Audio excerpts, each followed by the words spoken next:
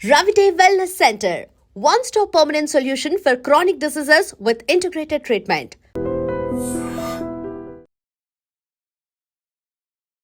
స్వాభిమానానికి ఒక గుర్తుగా ఒక పర్వంగా సెలబ్రేట్ చేసుకుంటూ అంత పెద్ద ఎత్తున ఉత్సవాలు జరపాలా, దాని బదులు ఇంకా వేరే టెంపుల్స్ లేకపోతే దాని బదులు ఇంకా మనకు కావాల్సినటువంటి దేశం గురించో ప్రజల గురించో ఆలోచించవచ్చు కదా అంటే చరిత్రలో జరిగినటువంటి డిస్ట్రక్షన్.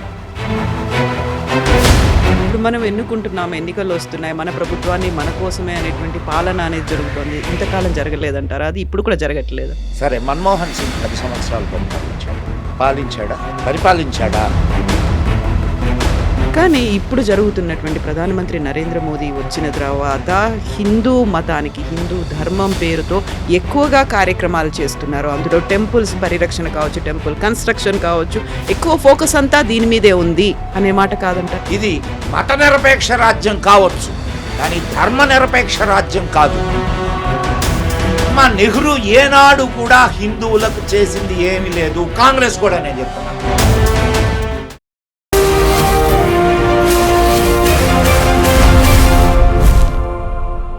నమస్తే, నేను Kavitha. Welcome to I Dream. మనతో పాటుగా ఉన్నారు ప్రముఖ జాతీయవాది మదన్ గుప్తా గారు. నమస్కారం అండి. నమస్తే అమ్మా. ఎలా ఉన్నారు మీరు? నమస్తే. సదావత్సలే మాతృభూమే.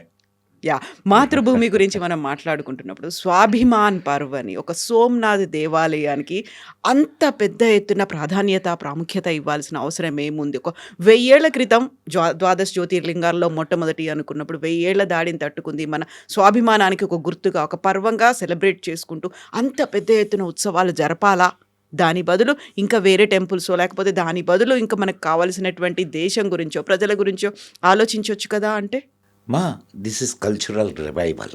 నీకు చరిత్రలో జరిగినటువంటి మానవ హననం, చరిత్రలో జరిగినటువంటి డిస్ట్రక్షన్, వీటిని తెలియకుండా నువ్వు జాతి ముందుకు నడవలేదు.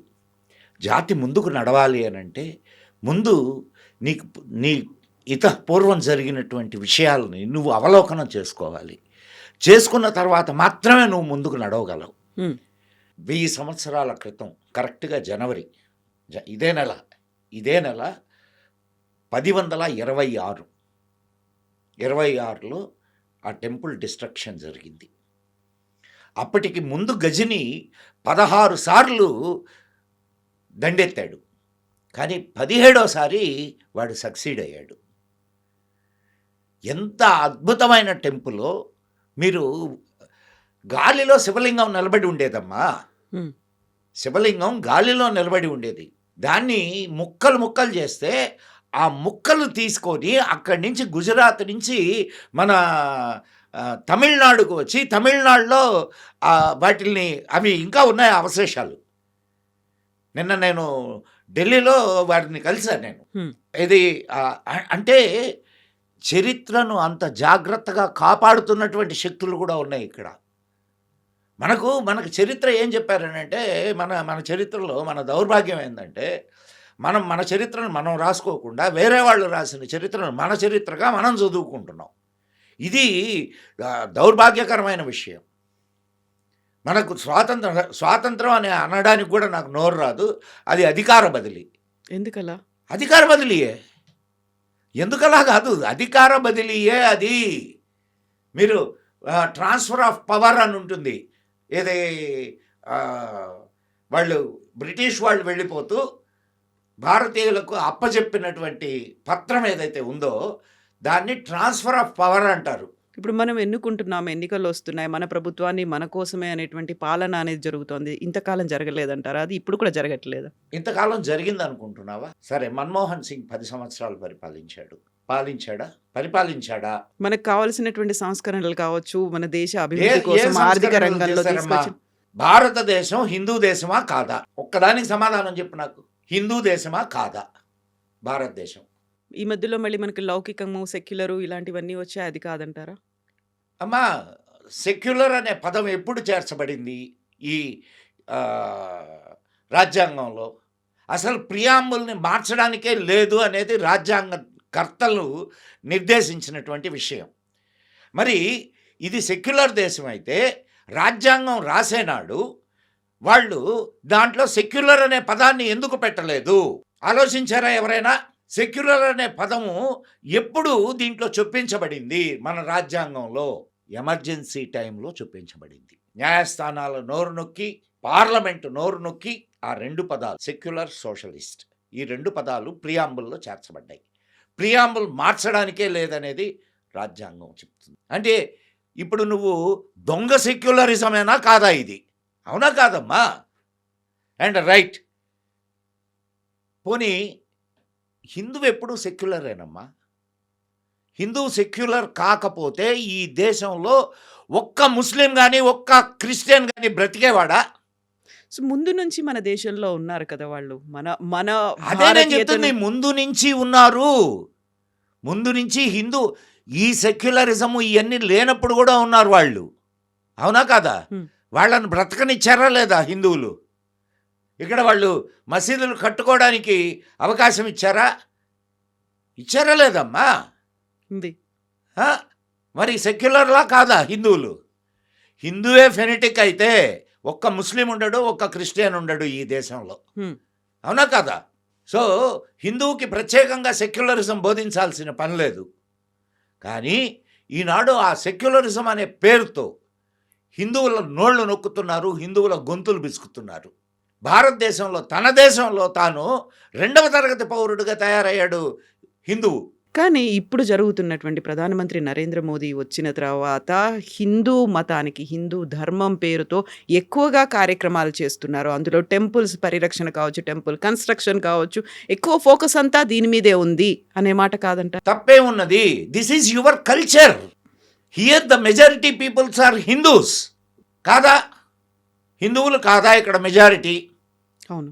మరి మెజారిటీ పీపుల్ అనుసరిస్తున్నటువంటి మతము అనడం లేదు, ధర్మము. ధర్మానికి ఎవడు కాపు కాయాలి? ఇది మత నిరపేక్ష రాజ్యం కావచ్చు, కానీ ధర్మ నిరపేక్ష రాజ్యం కాదు. Please note this point. మత నిరపేక్ష రాజ్యం అంటే religious, this is not religious state, this is ధర్మ స్టేట్. ధర్మము అనేది లేకపోతే ఏ దేశము నిలబడదు. ఇది బాగా ఆలోచించండి. ధర్మానికి మతానికి ఉన్నటువంటి తేడా అది. అయోధ్యలో రామాలయ నిర్మాణం కావచ్చు, ఉజ్జయిని మహాకాల్ మళ్ళీ దాన్ని రెనోవేట్ చేయడం కావచ్చు, సోమనాథ్ మందిరం కావచ్చు, వీటన్నిటినీ హిందూ ధార్మిక సంస్థలుగా చూస్తున్నారా, లేకుంటే హిందూ మతానికి సంబంధించినటువంటి ఒక ఆలయాల పునరుద్ధరణ? అవి నీ ధర్మానికి ప్రతీకలు. అమ్మా, ఇక్కడ నువ్వేమనుకుంటున్నావు అంటే ఒక టెంపుల్ అని అంటే ఒక దేవుణ్ణి అక్కడ పెట్టి అందరూ పూజ చేస్తున్నారు. That is not temple. Temple has very big radius. Temples ఈ దేశంలో పోషించినటువంటి పాత్ర అంతా ఇంత కాదమ్మా. ఒక టెంపుల్ ఊరినంతా కట్టి ఉంచుద్ది. మీ స్వగ్రామం ఏది? వరంగల్, గూడూరు. గూడూరు కదా. గూడూరులో టెంపుల్ ఉందా? ఉంది. శివాలయం టెంపుల్ ఉంది. ఉంది? శివాలయం శివాలయం ఉంది. ఉంది. శివాలయాన్ని ఎవరెవరు మెయింటైన్ చేసేవారు? మీ నాన్నగారిని అడుగు, నువ్వు కాదు. నీ ఏజ్ వచ్చేసరికి అన్నీ మారిపోయి ఉన్నాయి. హారతైపోయినాయి. మీ నాన్నగారిని అడుగు. అక్కడ స్వామికి నైవేద్యం పెట్టడానికి కుండలు ఒకరు తయారు చేసేవారు. గుడిని శుభ్రం చేయడానికి ఒక కులం వాళ్ళు చేసేవాళ్ళు. లోపల అర్చన ఒక కులం వాళ్ళు చేసేవాళ్ళు. దానికి కావలసినటువంటి దేవుణ్ణి మోసేటటువంటి కులం ఒకటి ఉండేది. ఇట్లా అన్ని కులాలు కలిసి అక్కడ దేవుణ్ణి సేవించేవాళ్ళు. సో దీనివల్ల నీకేమర్థమవుతుంది? సో విలేజ్ ఇంటెగ్రిటీని సాధించిందా లేదా అది? ఈరోజు మనం తిరుపతిని తీసుకుందాం. తిరుపతికి ఎక్కడి నుంచి వస్తారు? దేశ విదేశాల నుంచి వస్తుంది. దేశ విదేశాల నుంచి వస్తారు. నీ దేశంలో ఉన్నటువంటి అన్ని స్టేట్ల నుంచి వస్తారు. సో నేషనల్ ఇంటిగ్రిటీ అక్కడ ఉన్నదా లేదా? అదొక్కటే కాదమ్మా, ఒక న్యాయ వ్యవస్థ అది. స్వామి ముందు కూర్చొని, స్వామి ముందు మండపంలో న్యాయాలు చెప్పేవాళ్ళు. అవును. ఇప్పటికీ కూడా చిత్తూరులో అది అవుతోంది. కాణిపాక వరసిద్ధి వినాయకుడే. అది సాక్ష్యం తీసుకుంటారు. కానీ ఇక్కడ న్యాయం చెప్పేవాళ్ళు. ఇక్కడ నీ కల్చర్కి సంబంధించినటువంటి అన్ని విషయాలు టెంపుల్తో కనెక్ట్ అయి ఉండేవి. అదొక్కటే కాదు, ఒక ఆర్థిక వ్యవస్థ. Temple economy is not a small economy. ఒక టెంపుల్ కొంచెం ప్రసిద్ధి చెందితే ఆ చుట్టుపక్కల గ్రామాలన్నీ కూడా సమృద్ధిగా ఉండేవి. ఎందుకు ఆ చుట్టుపక్కల గ్రామాలు అక్కడ ఏదైనా ప్రోగ్రాం జరిగిందనుకోండి, ఏదే టెంపుల్లో, ఆ చుట్టుపక్కల గ్రామాల్లో ఉండేటటువంటి ఉత్పత్తిదారులందరూ తీసుకొని వచ్చి అక్కడ ఉత్పత్తుల్ని అమ్ముకునేవాళ్ళు. అవునా కాదా? మేము ఈనాటికి చూస్తాం. నేను ఐఎమ్ ఫ్రమ్ నెల్లూరు డిస్ట్రిక్ట్, కావలి. నెల్లూరు మా తాతగారి ఊరు. మా బజార్లోనే రంగనాయకుల స్వామి దేవాలయం. తిరునాళ్ళప్పుడు ఎన్ని అంగళ్ళు ఉంటాయి అక్కడ. స్వామి రథాన్ని లాగడానికి కుల మతాలు భేదాలు ఏమన్నా ఉంటాయా అక్కడ? అందరూ లాగుతారు. మరి ఇంటెగ్రిటీని సాధించినట్లా? కాబట్టి temple is a very prominent role played, very prominent role in Indian culture.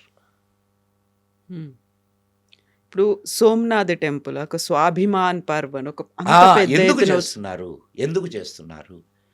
1000 సంవత్సరాలు ఇన్ని చెప్పాను కదా ఇందాక చెప్పినటువంటి. టెంపుల్ అని అంటే ఏంటి అనేది, దండయాత్రలు కావచ్చు, ఇవన్నీ.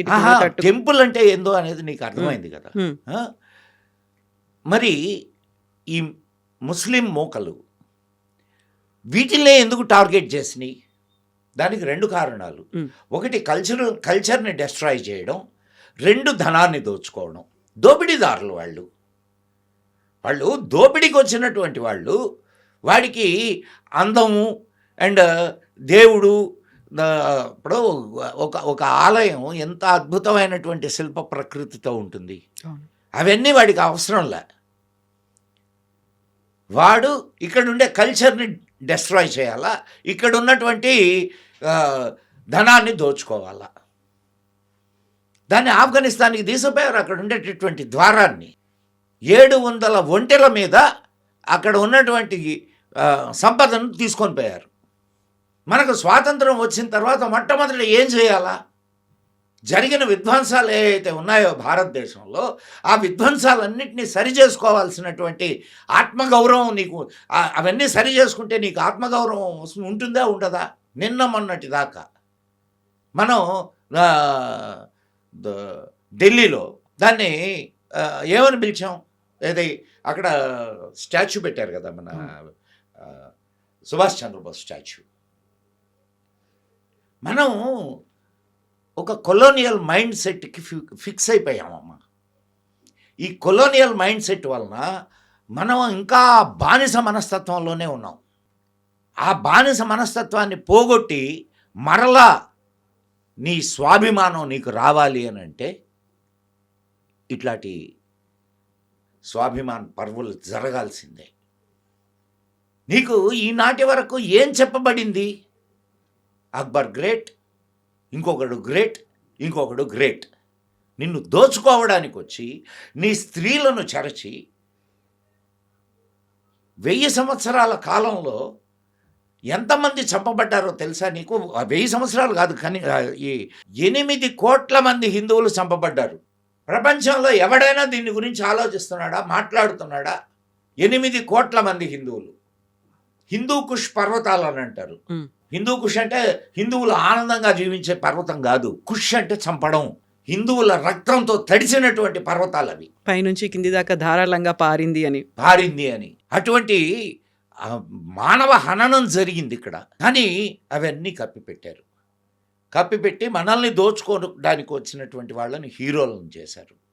రోమిలా థాపర్ కానివ్వండి, ఇర్ఫాన్ హబీబ్ కానివ్వండి. అసలు మనకు స్వాతంత్రం వచ్చిన తర్వాత మొట్టమొదటి విద్యాశాఖ మంత్రి ఎవడు? మౌలానా అబుల్ కలాం ఆజాద్. ఎవడతను? Who is Maulana Abul Kalam Azad? He's an Iranian. He's not at all Indian born. అసలు భారతదేశానికి స్వాతంత్రం ఏ పేరు మీద వచ్చింది? సోమనాథ దేవాలయం మనకు స్వాతంత్రం వచ్చిన తర్వాత కట్టుకోవడానికి ఎన్ని అడ్డంకులు కల్పించాడు నెహ్రూ మహానుభావుడు. నవానగర్ రాజా జామ్ సాహెబ్, ఆయన కే మున్షి అండ్ మన పటేల్జీ వీళ్ళందరూ ఒక కమిటీగా ఏర్పడి దాన్ని పునరుద్ధరించాలి అనుకున్నాడు. అనుకుంటే నెహ్రూ దానికి అడ్డుపడ్డాడు. ఎందుకనంటే దానికంటే ముందు లియాఖత్ అలీ ఖాన్తో ఓ ఒప్పందం జరిగింది. 1951లో దీని నిర్మాణం ఇవన్నీ జరిగినాయి. దానికి ముందు లియాఖత్ అలీ ఖాన్తో ఒప్పందం జరిగింది. ఆ ఒప్పందంలో హిందువులు అక్కడే ఉంటారు, ముస్లింలు ఇక్కడే ఉంటారు. ఇంకా విభజన ఎందుకు? ఎక్కడుండేవాళ్ళు అక్కడుండేదానికి. అందుకే అంబేద్కర్ మహాశయుడు చాలా గొప్పగా చెప్పాడు, ఆఖరి ముస్లిం భారతదేశం వదిలేంత వరకు, ఆఖరి హిందువు భారతదేశానికి వచ్చేంత వరకు విభజన పూర్తయినట్టు కాదని.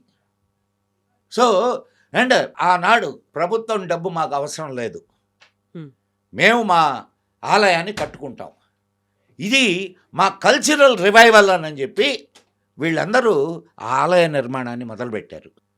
నిన్న ఎలాగైతే రామజన్మభూమికి ప్రభుత్వం నుంచి ఏమీ ఆశించకుండా డబ్బులు తీర్థక్షేత్ర ట్రస్ట్ ఒకటే ఏర్పడి డబ్బులు ఎట్లయితే ఇచ్చేసినాయో అట్లనే చేశారు ఆనాడు కూడా. కానీ ఈ దుర్మార్గుడైనటువంటి నెహ్రూ బౌద్ధ క్షేత్రాల అభివృద్ధికి అండ్ ముస్లిం ఈ మసీదుల అభివృద్ధికి ధనాన్ని ఇచ్చాడు. వీడు సెక్యులర్. ఎంత దౌర్భాగ్యం! హిందువు కట్టుకోవడానికి అవకాశం లేదు, వీళ్ళు కట్టుకోవడానికి నువ్వు డబ్బులు ఇస్తావా? అండ్ వీళ్ళు ఏం చేశారు, జామ్ సాహెబ్ వాళ్ళు మొత్తం ప్రపంచంలో ఉండే అనేక దేశాలకి, అయ్యా మన ఎంబసీలు ఉన్నాయి కదా, ఎంబసీలకి లెటర్లు రాశారు. ఏమని? అయ్యా మీ దేశం నుంచి అంత మట్టి, అక్కడ ఉండే నదుల నీళ్లు అని పంపించండి, అంటే స్వామికి అభిషేకం చేయడానికి. దీనివల్ల మనము విశ్వభ్రాతృత్వాన్ని కోరుతున్నాం అనే సంగతి ప్రపంచానికి వెల్లడి చేయడానికి ఈ మాట అడిగారు. అడిగితే పణిక్కర్ అని ఒక ఎదవ ఉన్నాడు, వాడు చైనా ఎంబసీ హెడ్. వాడు నెహ్రూకి లెటర్ రాస్తాడు. ఏమనంటే, చైనాలో నేను ఈ మట్టి నీళ్లు అడిగితే వాళ్ళు ఏమనుకుంటారు, అండ్ ఈ మట్టి నీళ్లు పంపించడానికి అయ్యే ఖర్చు నేను దేంట్లో రాయాలి అని. దానికి ఇక్కడున్నటువంటి మొహమ్మద్ నెహ్రూ ఏమని చెప్తాడయానంటే, మళ్ళా లెటర్ రాస్తాడు. ఇవన్నీ నేను చెప్తున్నాయి కాదు, ఇవన్నీ లెటర్స్ ఉన్నాయి, రికార్డ్స్లో ఉన్నాయి. నేనేం చేయమంటారు? ఎవరు ఒప్పుకోవడం లేదు, నా మాట ఎవరు వినడం లేదు. నేను అప్పటికీ రాజేంద్ర ప్రసాద్ గారు అప్పుడు రాష్ట్రపతి, ఆయనను వెళ్ళవద్దన్నాను ఆ కార్యక్రమానికి, అయినా వారు వెళ్ళారు అని అతనికి రాసి లెటరు కేఎం మనిషిని పిలిపించి తిట్టాడు. ఎందుకంటే పటేల్ని పిలిచి తిడితే ఇంకొక 4 ఎక్స్ట్రా తిట్లు ఆయన తినాల్సి వస్తుందని. మీరు ఎట్లా రాస్తారు మట్టి నీళ్లు పంపించడం? ఏం మట్టి నీళ్లు పంపించడానికి అది ఒక పెద్ద విషయమా? పంపించమని అడగడం పెద్ద విషయమా? పంపిస్తే అదొక అవమానమా? అమ్మ, నెహ్రూ ఏనాడు కూడా హిందువులకు చేసింది ఏమీ లేదు. కాంగ్రెస్ కూడా, నేను చెప్తున్నా, కాంగ్రెస్లో హిందువుల గురించి మాట్లాడేటటువంటి వాళ్ళు చాలామంది ఉన్నారు. ఇది అర్థం కావట్లేదు ప్రజలకి. ఈ దేశపు కల్చర్ని కాపాడడానికి ఏ ఒక్క నాయకుడు, కాంగ్రెస్ నాయకుడు ప్రయత్నం చేయలేదు. ఒకవేళ కొంచెం ప్రయత్నం చేసినటువంటి లాల్ బహదూర్ శాస్త్రిని ఎంత దారుణంగా చంపారో మీకు తెలుసు. వివాదాస్పదం. అది ఇంకా వివాదాస్పదమనే అంటున్నాం మనం. It was a clear murder. Post mortem చేసిన డాక్టర్ ఫ్యామిలీతో సహా లేపేశారమ్మా. సో ఇక్కడ మళ్ళా సోమనాథ దేవాలయానికి వద్దాం. సోమనాథ దేవాలయం పూర్తయింది. దాని ఇనాగరేషన్ లోపలనే పటేల్ గారు చనిపోయారు. సో ఆ ఇనాగరేషన్కి ఈయన వెళ్తానన్నారు. ఎవరు? మన బాబు రాజేంద్ర ప్రసాద్. నువ్వు వెళ్ళడానికి లేదు అని అంటే నీవు అనడానికి అధికారం నీకు లేదని చెప్పి బాబు రాజేంద్ర ప్రసాద్ గట్టిగా చెప్పారు. నెహ్రూ దీనికి ఏ విధమైనటువంటి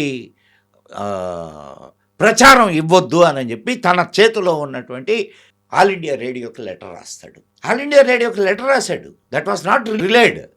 అప్పుడు రేడియోనే కదమ్మా, రేడియో పత్రికలు. అంతటి నీచుడమ్మ వాడు. వీధి వీధిన విగ్రహాలు పెట్టుకొని మనం పూజిస్తున్నాము.